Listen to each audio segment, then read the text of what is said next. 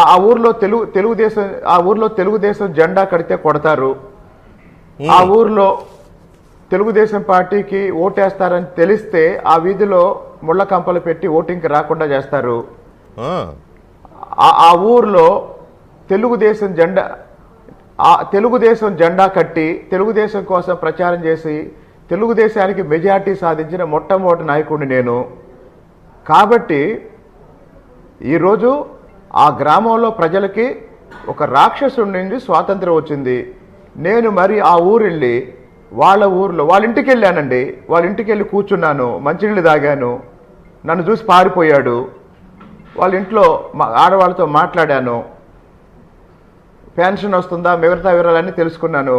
వాళ్ళ వీధిలో ప్రతి ఇంటికి వెళ్ళాను, అందరికీ షేక్ హ్యాండ్ ఇచ్చి అందరితో మాట్లాడాను. వాళ్ళకున్న సమస్యలు ఏంటని అడిగాను. కాబట్టి